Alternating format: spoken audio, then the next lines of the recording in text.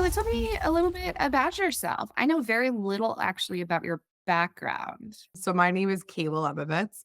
You'll be able to tell by the end of this from my accent that I'm from New York. I've been told I have a very strong accent, even though I don't hear it. So born and raised like the New York area, one of four kids. I was the middle child, so always kind of like beat to my own drum, which I think is like translated into my professional life as I've gotten older. But yes, I'm from New York. I've only left for school and I came back here. I'm a very close family. My siblings, my parents all live within like a 10-block radius in New York, which I think is really special. We're kind of like full house in New York City. I have two kids. I married my high school sweetheart. A lot of people don't know. So never really thought that would happen, but it did. And yeah, we have two little kids that are under five. And so life is very like chaotic and busy. I think I thrive off of like chaos, which is why startup life has been a good fit for me versus like a more corporate structured job. So yeah, life is busy. For like in terms of hobbies, my husband and I like doing a lot of things outdoors, like biking. We love eating. And honestly, now that we have kids, just like doing nothing is just as fun as well. So yeah, our life is like pretty chaotic, but also pretty normal. Kids, work, all that stuff. My husband's also an entrepreneur, so we share that interest, which is, we have highs and lows together, which has been nice and also adds to the chaos. But that's a little bit about me in a nutshell. Oh, that's Yeah. awesome. Thank you for sharing that. Yeah, that's man, two kids under five. That's while doing the startup life. That's hard. I didn't plan it, and it's interesting because when I was thinking of having kids, which I had my first kid around, like, I think 29 or 30, I remember talking to my mom, and I was like, "I don't know, should I have kids now? Should I not?" Like, if things with, like, my I was thinking about really starting a company, and already at that point, I was investing a lot of my time and energy, and my mom said something that, like, always stuck with me, which is, "There's never a good time to have kids, so have it whenever you want and figure out the rest of it later."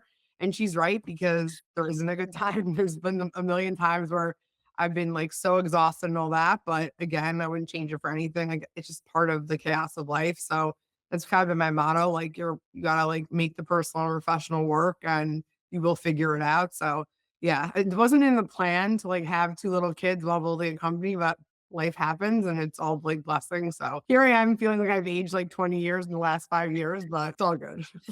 Yeah, we're better for it, right? Like, Exactly. yeah, I didn't know I needed to grow up so much until I went through all of this, right? Yeah. Exactly, and Grow sometimes and grow up. the other day, my daughter was talking about, like, things she wants to be when she grows up, and she was saying, "I wanna be a pizza chef, and I wanna be" I don't know, random weird things, and she looked at me, she's like, "What do you wanna be when you grow up?" And I was like, "That's so nice that she thinks I'm so young," but I am grown up right now, so, but the kids keep you young. I don't remember if I told you this on an earlier call. Yeah, my family's a quarter of my family's in New York, out of the city at this point. I think Yeah, so. people can mention that. It feels like home when I'm up there, which is funny because I'm all in West Texas in like cowboy mode with nothing around me. And then in New York, I'm so much more comfortable. It's very weird. I know people always say to me, like, how do you live in New York City? Especially for people that don't live here, have been here a lot. For me, it's like there's such energy here. Whenever I go to conferences or like more visiting clients, like more suburban areas, it's like, how do you live where you live?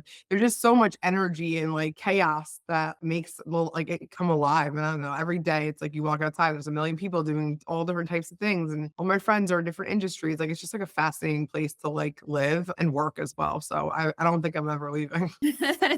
Yeah, no, that's good. Thank you for the background. I feel like I know you even better now. What do you love about your job? So I just a little bit of background. So I actually worked in like the corporate world, worked in financial Mhm. industry prior to starting Bundle and did that for like really the first part of my career at two different organizations, very large organizations.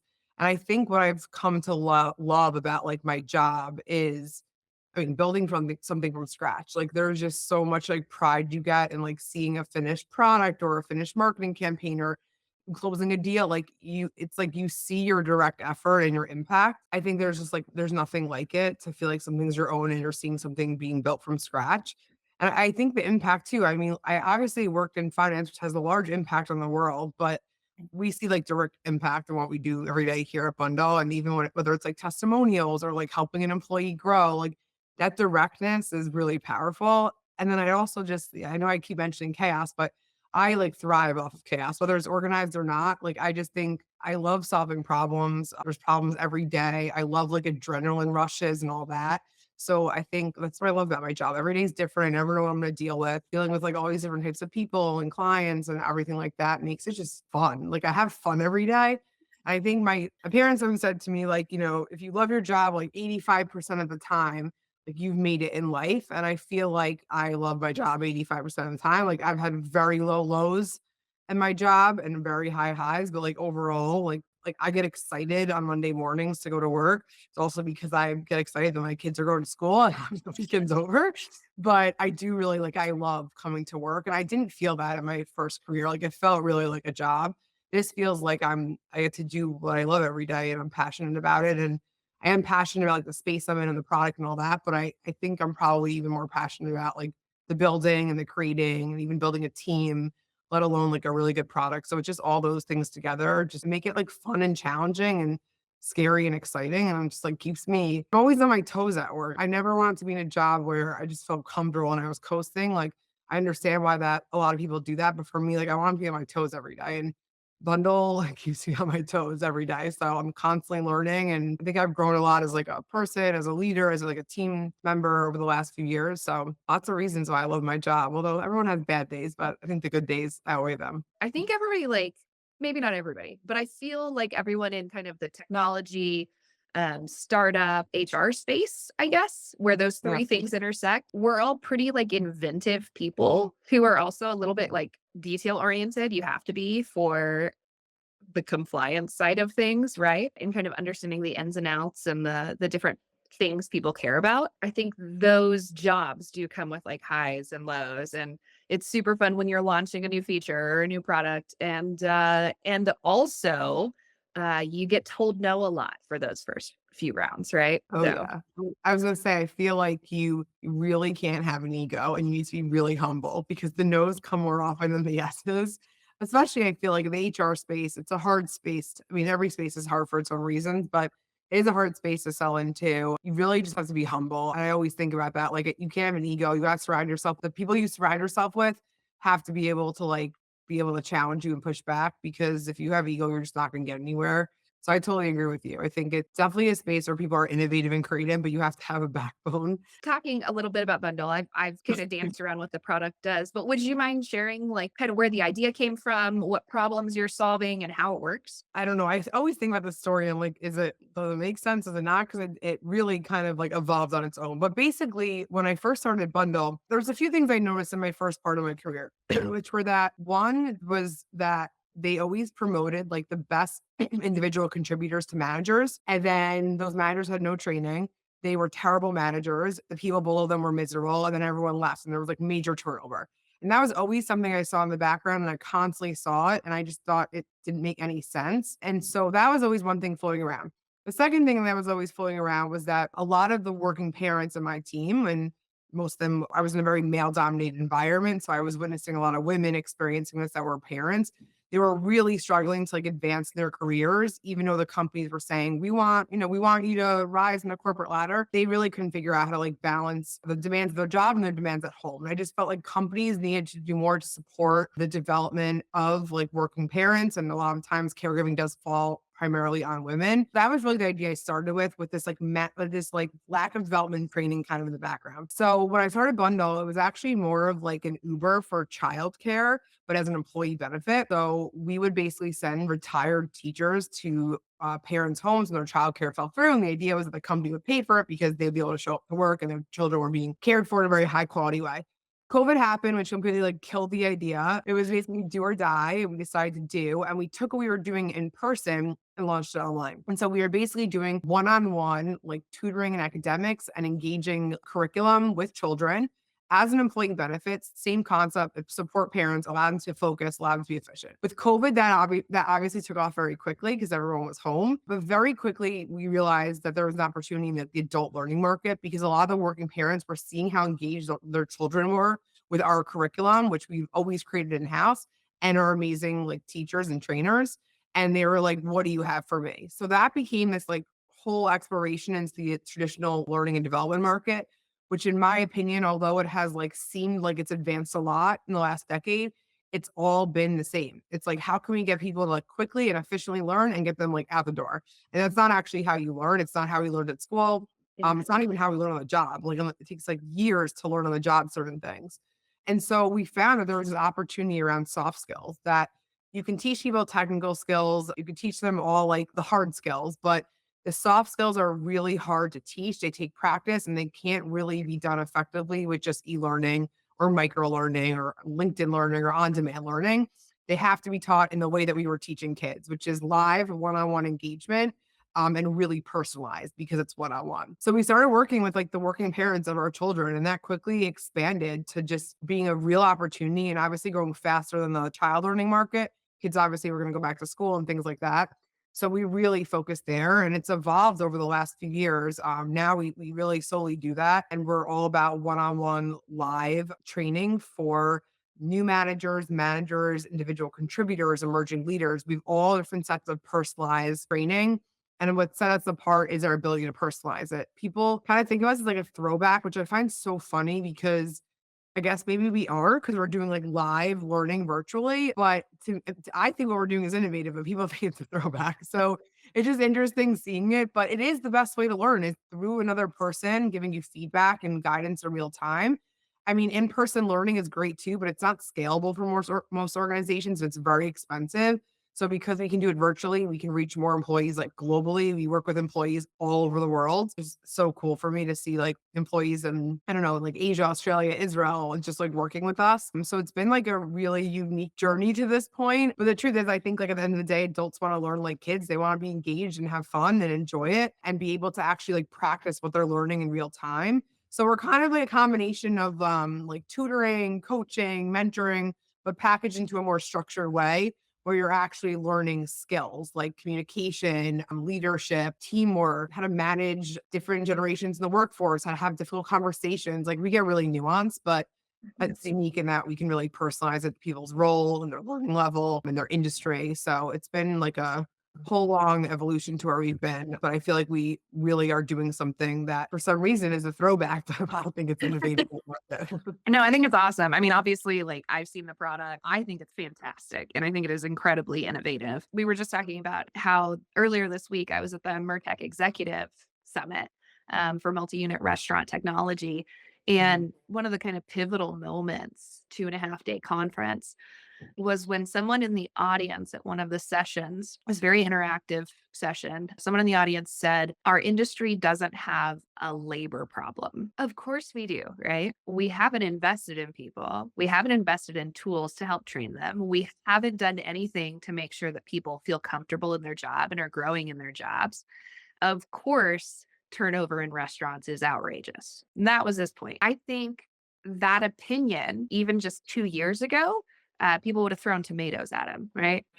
But I think that that opinion is becoming more and more accepted in the industry, where it's not taboo to point that out and to go, hey, we actually need to invest in the tools that help bring our people to the level that we want them at and need them at so that they stick around and feel valued. Yeah, and I love that because especially in the restaurant industry, there's so much turnover. But if you maybe invested a little bit in people, then they would stay, and that reduces your turnover cost. The ROI is captured a lot quicker. And it's interesting too. Like I never wanted our company to only serve people that like sit behind computers or corporate or whatever you want to call them, like I don't know, back office or whatever it is. Been interesting over the past, I'd say year and a half. We've finally seen that where we work with companies in the manufacturing space, logistics, construction, like law enforcement, healthcare, like industries that people are on their feet all day. They're not sitting in front of a computer. They're really in the front line. If their companies want them to, they can make time for this. It's not that much time in the scheme of things, but there's such an opportunity.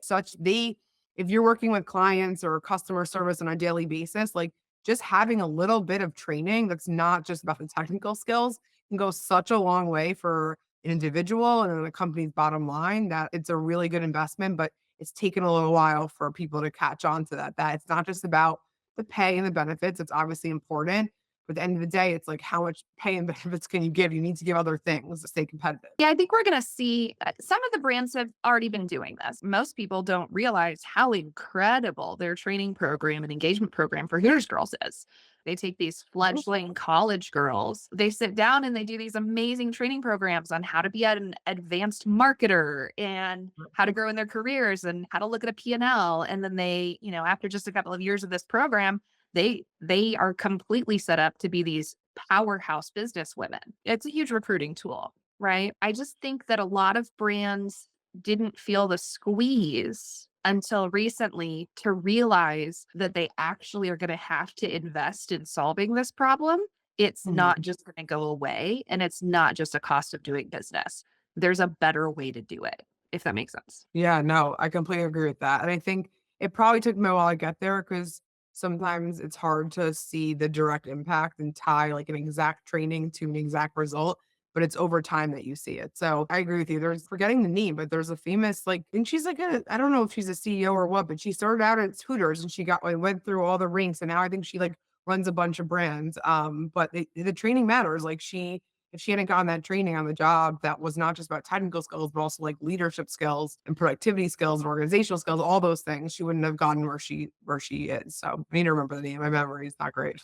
That's okay. We can always Google, right? I think that we're on the cusp a renaissance, not just in restaurant, but also we're seeing this in retail and grocery and C-store. So many brands are already investing, and so many other brands are recognizing how important it is to invest and that the cost of turnover actually is huge and it's not insurmountable. Agree with Yeah. that. Yeah, I think what we see with those industries when we work with them at Bundle is that they usually like they're dipping their toes in and they start with like the supervisors or they start with like some sort of group that they say, okay, let's see how they go. They want to start with a group that has a lot of impact. So supervisors that can trickle down. I think that's a smart way to like try different things, test them out, see what works, see what doesn't, see what skills are most important versus not.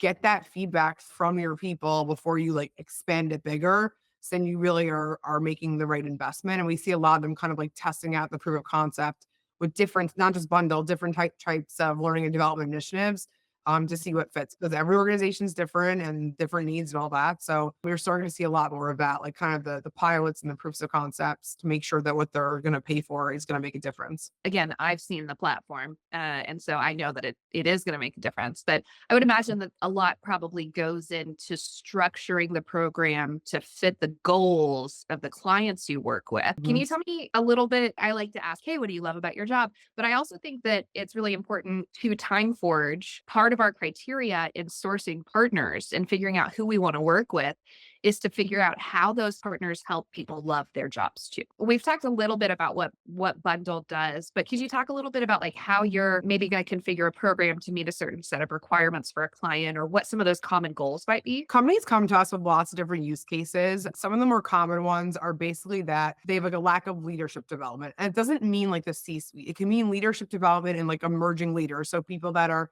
just individual contributors. That's like a really, that's probably one of the main goals. Like we have no leadership development. We have, people are coming and going. They don't see career paths here. They don't see career development. So they work with us to basically curate programs of our soft skills. So think like effective communication, building strong teams, resilience leadership. And we'll craft together different skill sets, skill programs for different cohorts. So maybe they have a group of individual contributors that these certain skills are really important for them to get to the next level in their career. And then maybe they have experienced managers who never got any training and are have no idea what they're doing and are making it up along as they go along and we'll look at different program with them. So we can curate programs based on the population, which is where we get really nuanced. It can tie, okay, what's your goal for this cohort or the subset of the population? What's your goal for this subset of the population? So it can get very, very personalized to what the needs are of that group. We work really closely with clients. I think of them as partners. They really want to make a difference. They don't just want to like, oh, put money in this, check the box, move on. We're really curating specific skill-based programs to meet their exact goals and initiatives. And again, it can be anything from like a lack of leadership development to managers having no training to, oh my gosh, we promoted all these people, but we didn't give them any help in their promotions to do their job well.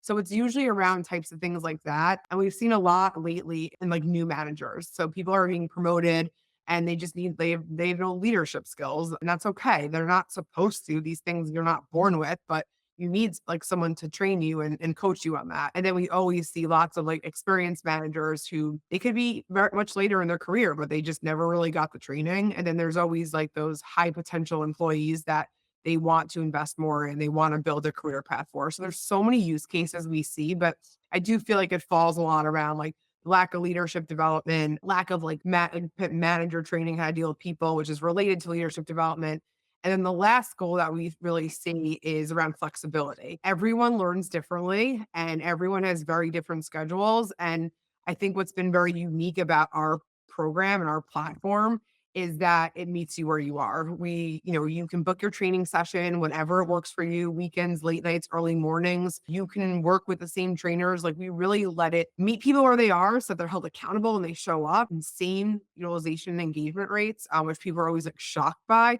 But I think it's because that flexibility, like the world we live in, people need it. You have all different types of like work hours and things like that. So that's usually a goal of the companies that come to us to make sure that we can provide something that's like flexible and scalable. They don't have the time to go scheduling things for people. They need us to do it. So a lot of our technology focuses on that. So very long-winded answer to your question. No, it's good. I was kind of chuckling in the middle of that, got a long time TimeForge customer. One of the things that I was talking to him about, and this is, I've had several folks in a very similar situation mention this over the past few years. He had gotten to the point where they had capital to expand and they were excited to expand and they were building new stores and they had already purchased real estate and he couldn't actually open the stores because he didn't have enough competent leadership. What a spot to be in. What he hadn't counted on, and I think a lot of, especially small business owners, don't count on, once you get to a certain scale, right? Once you get to a certain size, owner operator business model doesn't work for trading anymore. Actually, it's impressive and it's fantastic that you know the ins and outs of every piece of the business as owner operators, especially small business owners often do. But there's only one of you and your time matters and you can't go train 10 managers and coach them and mentor them all by yourself. Right. And so they don't figure out how to hit that scale. And I think that that's one of the major contributors to what we're seeing in a lot of multi-generational businesses where they hit that kind of brick wall on scale because they can't scale their leadership. And so I think that this, what you're doing is awesome. It's like when I hear that, I'm like, we can help you. Like it's as an owner operator, like you can't, I mean, you're doing a million things. You're trying to keep the business alive and everything like that. So this is something like you have no choice but to outsource or it's going to impact your profitability and things like that. So I'm not surprised that that's like one of the bigger issues and hard to scale by yourself. Like you need a partner to help you. Yeah, no, there's definitely a need across every vertical that I work with. One of the other things I wanted while we're connected Yeah. that I wanted to kind of ask you about, and I didn't prep you for this ahead of the call, Um, so I'm just going to ask you and we're going to see what happens. What do you think is not necessarily the future for bundle, right? From a technological perspective, but like thinking 5, 10 years out, what do you think the future of training looks like? My first answer is the scalability piece. Like there's so many verticals that we're not in that we need to be in because they need us and we can really help them in the way that's going to work for the type of industry and the type of roles.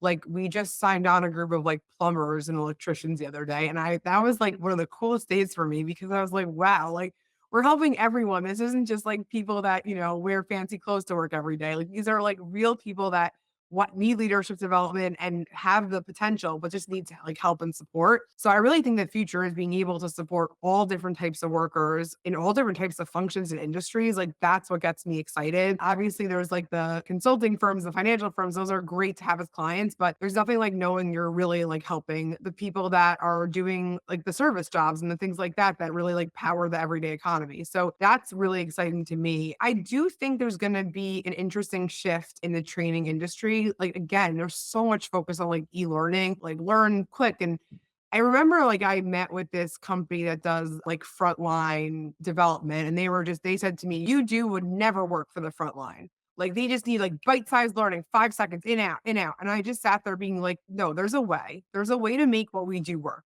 Maybe it's like shortening our trainings to like, our trainings are 90 minutes. Maybe it's shortening them to 45 or something. I don't know what it is, but everyone deserves to be like given a chance to be a future leader and or just a better contributor to their company. Like we're going to find a way.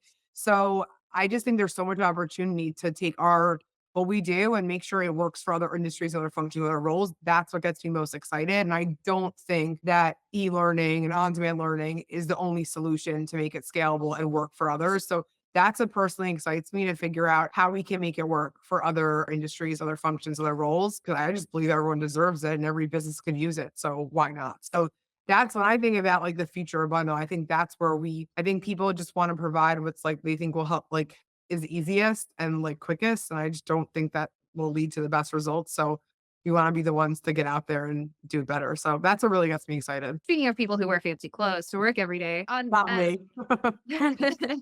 on the on the Survey Connect side Yes. of TimeForge, right? We really historically have focused our on we do so many different kinds of reviews and surveys, but we've historically really focused on 360-degree Mhm. feedback survey, which primarily is done for leadership teams, right?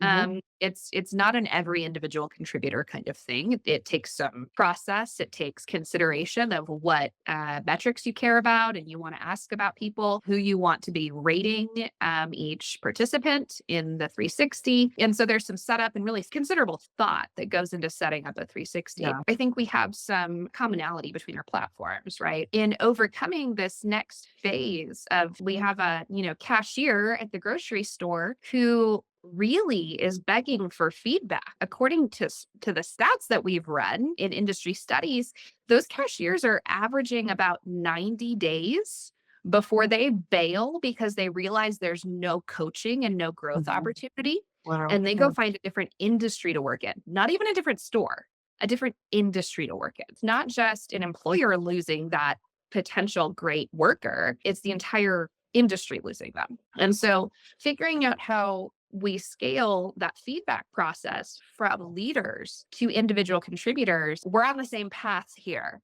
right? In trying to overcome scalability and making sure that we're actually serving the entire workforce and not just the fancy clothes wearing folks, right? You know what that makes me think of, while you were just talking?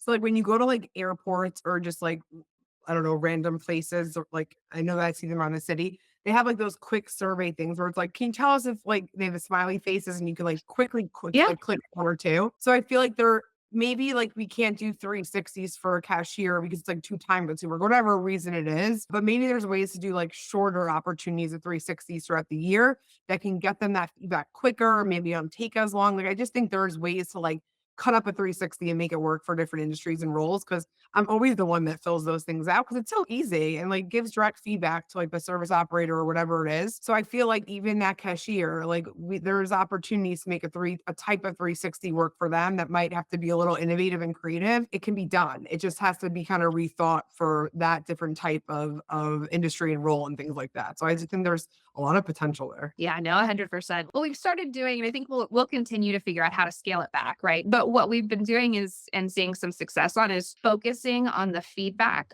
for the employee who's been there for a long time. We're trying to catch them before they hit that 90-day brick wall. And we're just doing 30, 60, 90-day check-ins, going, "Hey, how's it going? Are you getting the support you need? Are you getting the training you need? How's your manager? Is everybody nice to you?" Right?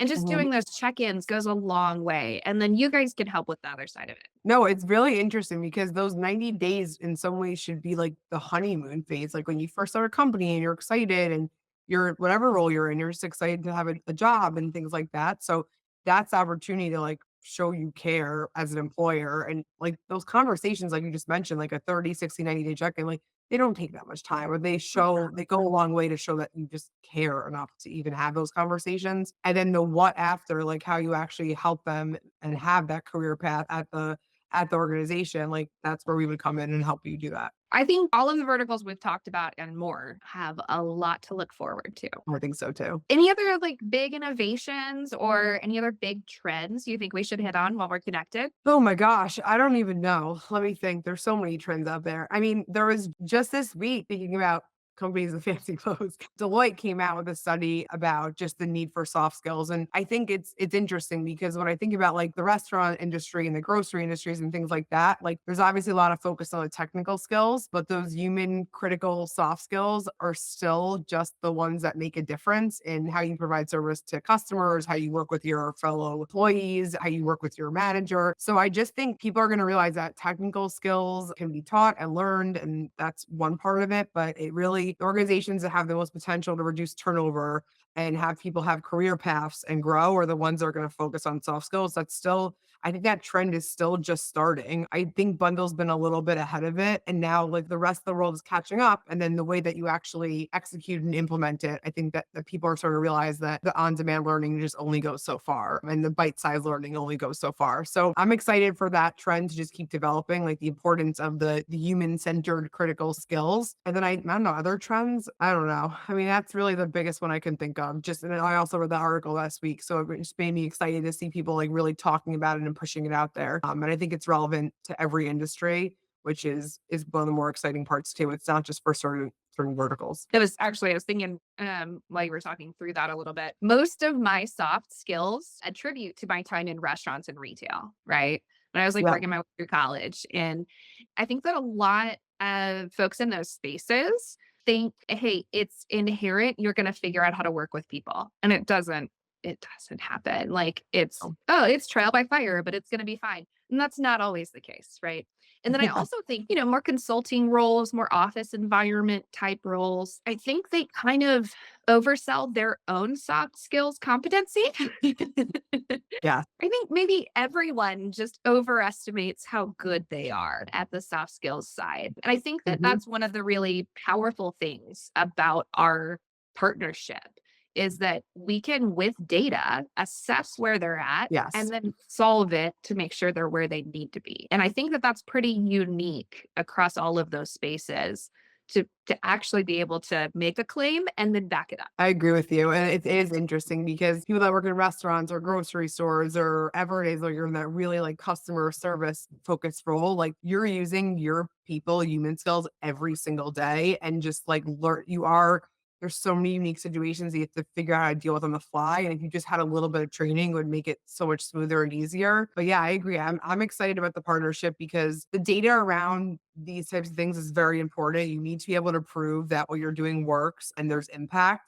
And I think there's just so much opportunity in this space specifically that just again, for some reason, has just started to think about the last few years and is like ready to implement. And I know we said some have already been doing it for a while, but I just think there's so much potential and opportunity, and it's exciting to me because I think again that even just giving a little bit of training, a little bit of like learning can go a really long way in these types of industries for the organization, for the customers, and just make up like an organization a great place to work where people feel like they have a career path, they have goals to reach, and they have a ladder to climb. So I'm very excited with the partnership because I think it makes sense. And again, we can show real impact through all the data and assessments we do. For sure. I think actually one of the customers I'm most excited to introduce you guys to, so they have a bunch of CPAs on their team and they do Mhm. 360 reviews for all of the CPAs on their team, which I think is awesome. But also like CPAs talk about needing some soft skills, like just any CPA. Sorry to I hate on know. CPAs. Some of them are exceptional on their soft skills side, but very few. Those are the most fun ones. So I know that our trainers love working with like CPAs, engineers, like just people that are really intelligent and have like amazing technical skills, but just Yeah. never had anyone helping them on the soft skills. And they just have kind of like figured it out as they go. There's so much opportunity there. It's exciting and fun. And they are usually really hungry for it because they've not really had so much focus on their technical skills that they haven't even had an opportunity to really even see their potential on like the soft human skills. They're so analytical. They have to know how much more powerful like their output could be if they could effectively communicate about it. They have to understand that ahead of time. I agree with you. So I'm excited to meet them. That's awesome. All right. Well, is there anything else we should hit on? I feel like Yeah, I feel like we had everything. I think again, I'm most excited about there's like CPAs are very different than a cashier, right? But I think that they're the way that we are partnering together, we can make it super personalized and relevant for those two like wildly different roles and industries. And I think that's also what makes the partnership exciting that it can be so hyper personalized and niche and really work for each organization and each industry. So I'm just super excited. me too. Yeah, no, I'm stoked. It's going to be awesome. Well, thank you for the time. If something else Yeah, comes thank up, you. feel free to reach out. All right. Thanks, Audrey. Have a great weekend. I appreciate the time. You too. Thanks so much. All right, Bye bye. take care. Bye.